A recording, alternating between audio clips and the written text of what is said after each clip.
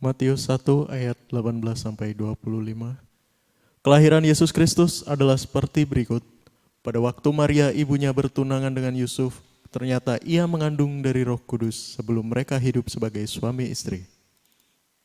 Karena Yusuf suaminya, seorang yang tulus hati dan tidak mau mencemarkan nama istrinya di muka umum, ia bermaksud menceraikannya dengan diam-diam.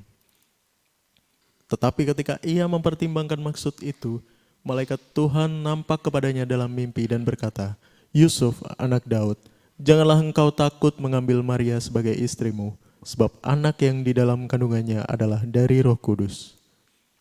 Ia akan melahirkan anak laki-laki dan engkau akan menamakan dia Yesus, karena dialah yang akan menyelamatkan umatnya dari dosa mereka." Hal itu terjadi supaya genaplah yang difirmankan Tuhan oleh Nabi. Sesungguhnya anak darah itu akan mengandung dan melahirkan seorang anak laki-laki, dan mereka akan menamakan dia Immanuel, yang berarti Allah menyertai kita. Sesudah bangun dari tidurnya, Yusuf berbuat seperti yang diperintahkan malaikat Tuhan itu kepadanya. Ia mengambil Maria sebagai istrinya, tetapi tidak bersetubuh dengan dia sampai ia melahirkan anaknya laki-laki, dan Yusuf menamakan dia Yesus.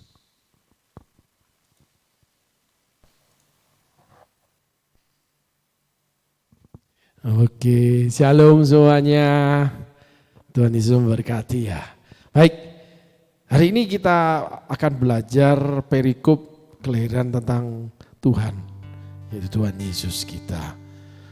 Di sana ada beberapa poin, beberapa materi yang akan berusaha saya akan terangkan, di mana Roh Kudus singkapkan bagaimana sih perjalanan rohani seseorang itu seringkali mengalami kemiripan seperti dengan apa yang terjadi pada kelahiran Yesus, di mana banyak orang itu akan dipakai Tuhan untuk menyelamatkan banyak orang karena dipersiapkan menjadi quote and quote makhluk rohani, menjadi orang yang berjalan di dalam tuntunan roh, di mana berjalan di dalam rohnya, orang-orang yang peka. Yesus dikatakan bahwa anak tidak pernah melakukan dari diri anak sendiri. Apa yang anak dengar, apa yang anak lihat, itu yang anak kerjakan. Ada beberapa panggilan pelayanan di dalam Alkitab di mana orang-orang tertentu seperti misalnya Nabi Elia, Nabi Elisa, termasuk dalam beberapa sekian banyak para nabi, pelayanan mereka itu dikhususkan. Berbeda dengan yang dikhususkan antara Barnabas dengan Paulus. Kalau ini personal, mereka dikhususkan untuk pelayanan personal kepada orang-orang tertentu, saudaraku, atau kepada tujuan Allah tertentu. Kalau kepada bangsa Israel itu Nabi Yeremia. Sehingga di dalam kehidupan nyata ada banyak pelayanan di mana ada orang-orang yang dipakai Tuhan bernubuat untuk sebuah bangsa, bernubuat untuk sebuah area. Tapi ada orang juga yang dipakai bernubuat untuk orang-orang tertentu yang diberikan karunia nubuat. Saudaraku, di dunia ini ada berbagai macam pelayanan. Kita tidak usah terjebak di dalam pandangan-pandangan di mana satu sama lain yang tidak mengalaminya, yang tidak menguasai bidangnya, tetapi satu sama lain memberikan rekomendasi atau memberikan argumentasi yang saling memojokkan. Itu enggak boleh, saudaraku, berusaha dihindari saja. Baik, kita akan langsung masuk pada pelajaran yang ingin Tuhan singkapkan pada kita. Tolong ditayangkan firman-Nya.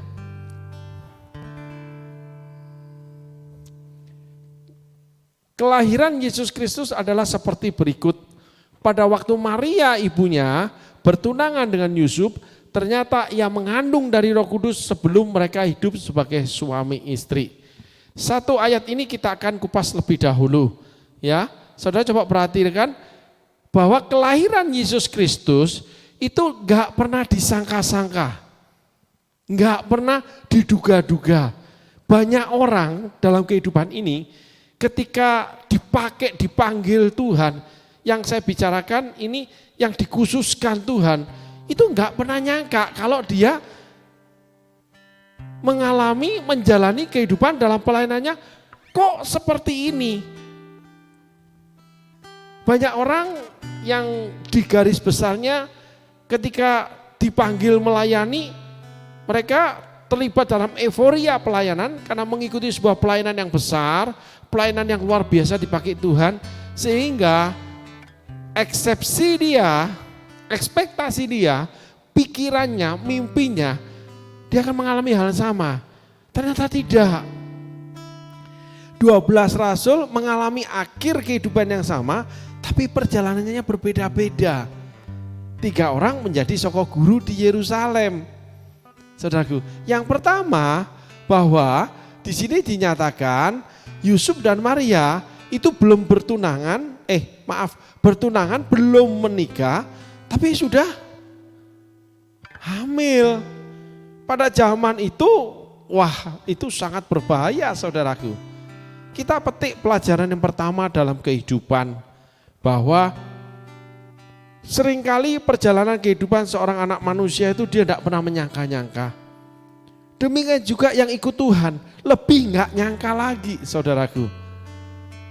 Tiba-tiba dipanggil melayani, tiba-tiba jadi pengusaha yang hebat, tiba-tiba melayani orang-orang miskin seperti Bunda Teresia, tiba-tiba diletakkan di daerah terpencil, tiba-tiba menjadi hebat dipakai di sebuah kota besar. Semuanya tiba-tiba.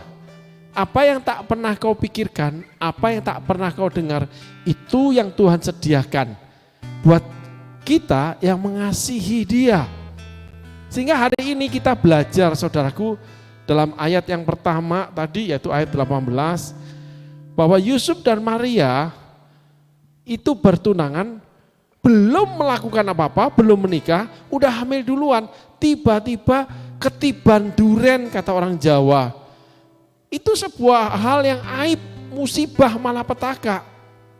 Tapi kita tahu cerita kedua orang ini, orang yang sangat soleh hidupnya, yang sangat mengasihi Allahnya.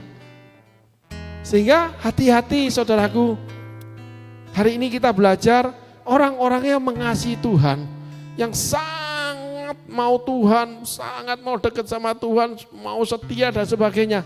Tiba-tiba kejatuhan duren. Masalah tiba-tiba datang.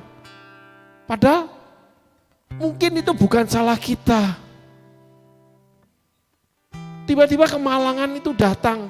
Padahal hidup udah soleh, udah ke gereja, udah kasih persembahan, udah rajin ibadah, udah belajar mengasihi, semuanya yang diajarkan rasanya udah dilakukan semua.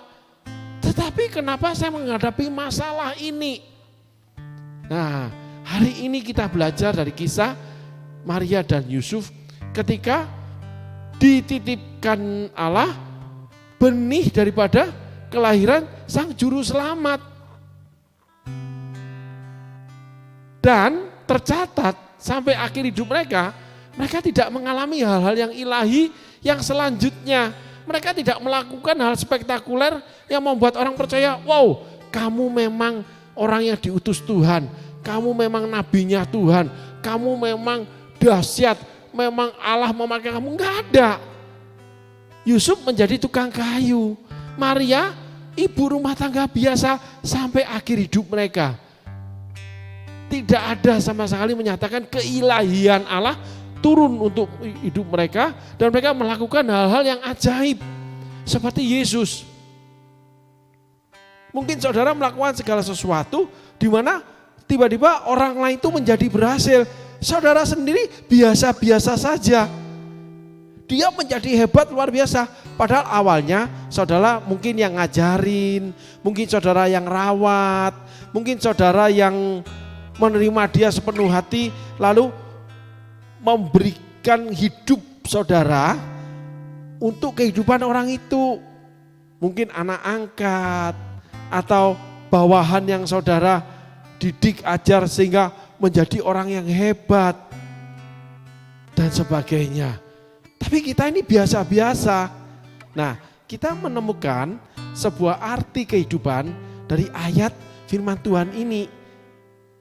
Bahwa Maria dan Yusuf tidak bersetubuh, baru bertunangan, kejatuhan duren, kejatuhan aib. Tetapi yang dianggap aib ini malah dialah anak Allah yang hidup. Selanjutnya Yusuf dan Maria enggak dipakai apa-apa, enggak ada yang menyatakan ilahi. Sampai mereka dipanggil pulang, tetap orang biasa. Sampai saudara dipanggil pulang, saudara enggak kaya raya. Sampai saudara dipanggil pulang, saudara enggak terkenal. Sampai saudara dipanggil pulang, saudara enggak dipakai apa-apa sama Tuhan. Itu namanya dititipin benih ilahi. Amin saudaraku. Tuhan Yesus berkati. Terima kasih.